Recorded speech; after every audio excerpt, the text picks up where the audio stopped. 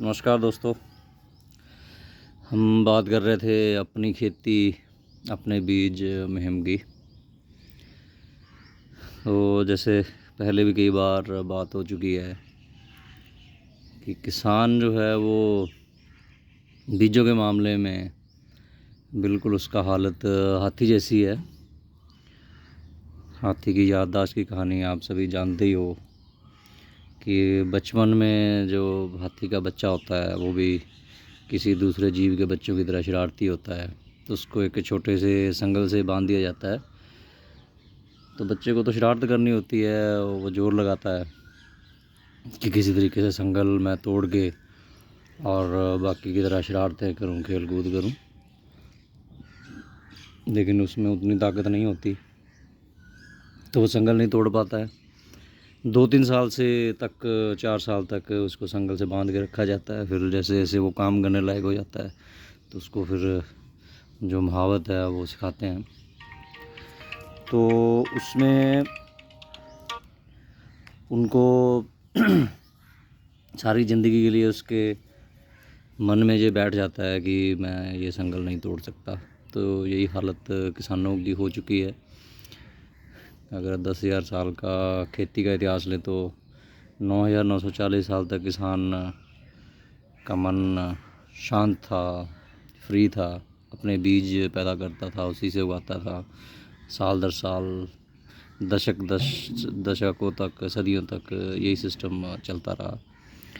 लेकिन जैसे ही हरी क्रांति और ये तकनीक आई कि कुछ ऐसे स्पेशल बीज होते हैं जिससे बहुत पैदावार होती है, किसान को बहुत उसका फ़ायदा होता है, तो किसान का नॉलेज वो है वो ख़त्म हो गया। अभी किसान के बीजों पे एक तरह से लूट हो रही है। वो निर्भर हो गया है, वो अपने जो विरासत थी, जो अपने पुरखों का नॉलेज था, वो सारा कुछ गवा चुका है। तो हमने ये शुरुआत की है पिछले साल इस मुहिम की। अभी भी बहुत से लोग हैं जो देसी जो बीज है, पुरातन बीज है, उनको संभाल के रखे हुए हैं। तो अन्नदाना सॉइल एंड सीड सेवर्स बेंगलुरु में मैडम संगीता शर्मा जी के सहयोग से हमने ये मुहिम शुरू करी थी। तो 2 ट्रेनिंग अभी तक हमने करवाई हैं इसकी। तो ये मैं भी अपनी बगीची में अभी सारे के सारे मेरे पास देसी बीज ही लगे हुए हैं, अन्नदाना से लाए हैं। कुछ PAU के बीज हैं जो नॉन हाइब्रिड हैं, सुधरी किस्मों के। तो ये बैंगन की एक पिंक टांग करके वैरायटी है। तो पिछले साल भी आपको दिखाया था, इसमें ये लंबे बैंगन लगते हैं और बहुत खूब लंबे हो जाते हैं, 1 फीट तक, करीब 10-11 इंच तक लंबे हो जाते हैं। तो हमारे लिए तो एक ही बैंगन काफ़ी होता है। और किसानों में जो दूसरी बात मन में आती है कि जो दूसरी जगह के बीज होते हैं, जैसे भाई बेंगलोर से आए हैं बीज, तो वो पंजाब में अच्छे से नहीं होते हैं। तो ये तो मैं दिखा ही चुका हूँ कि सब कुछ बढ़िया होता है। तो आप इसमें देखिए। दूसरा होता है कि देसी बीज जो है वो पैदावार नहीं देते। तो इसी में अगर गिनती करूँ तो इसमें 1 2 4 5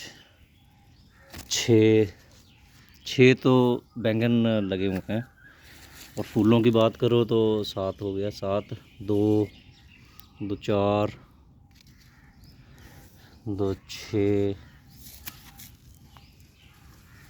टोटल। अभी ये छोटा सा पौधा है करीबन 1.5 फीट का, तो 13-14 जो है फूल और बैंगन इसमें लगे हुए हैं।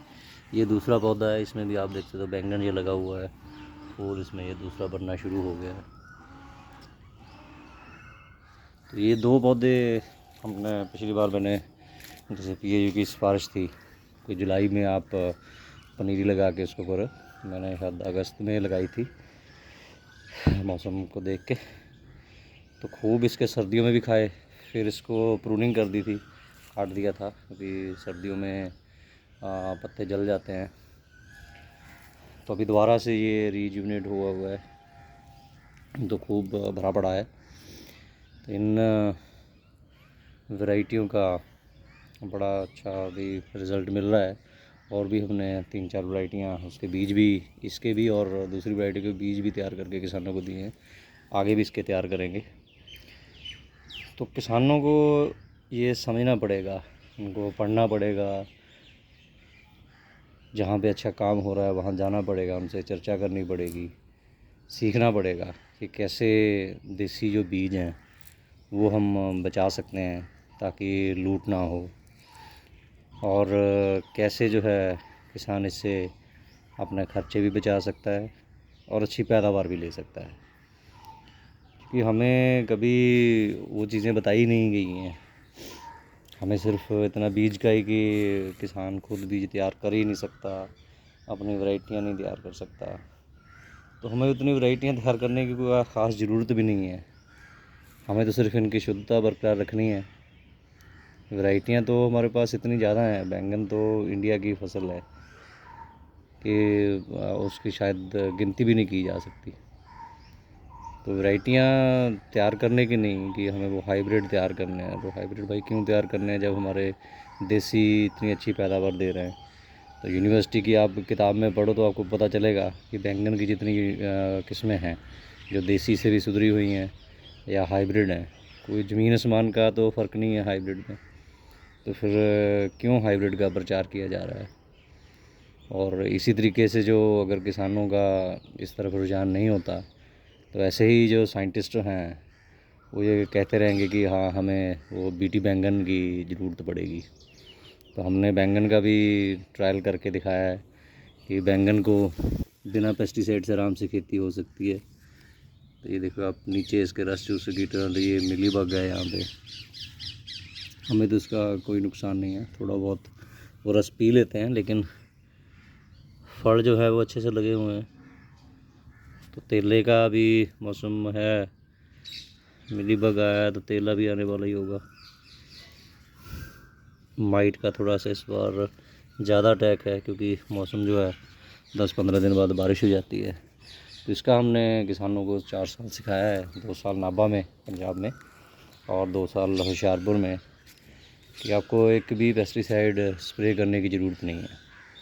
ना सिर्फ केमिकल बायो पेस्टिसाइड जो बनाते हैं उसकी भी ज़रूरत नहीं। जब कीटों का एक कुदरती सिस्टम चल रहा है तो हम उसमें डिस्टर्ब क्यों करें।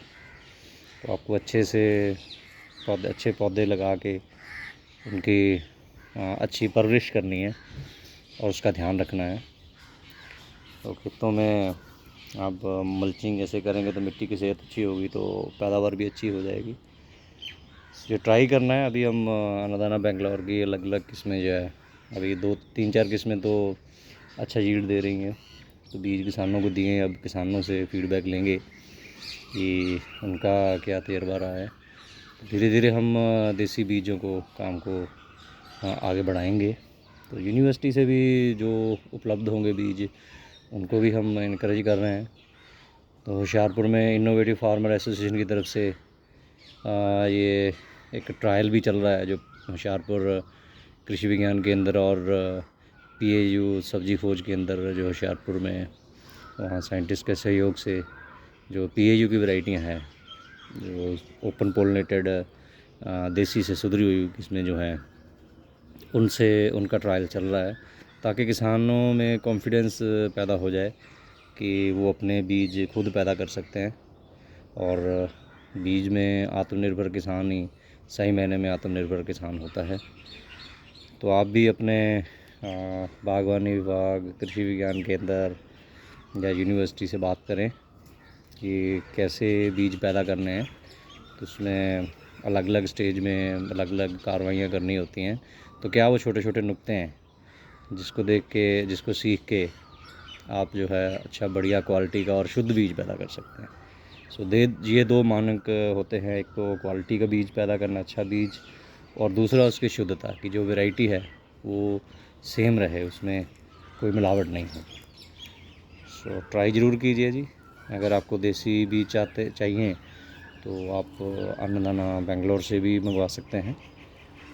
लेकिन समय का ध्यान रखिए कि यूनिवर्सिटी में की किताबों में दिया होता है कि कब कब बिजाई जो की जा सकती है, तो उसी शेड्यूल के हिसाब से आप करिए क्योंकि वो सालों के तजर्बे से वैज्ञानिकों ने शेड्यूल जो बनाया होता है कि कब मौसम सही रहता है फूल आने के लिए, वेजिटेटिव ग्रोथ के लिए, फल पकने के लिए।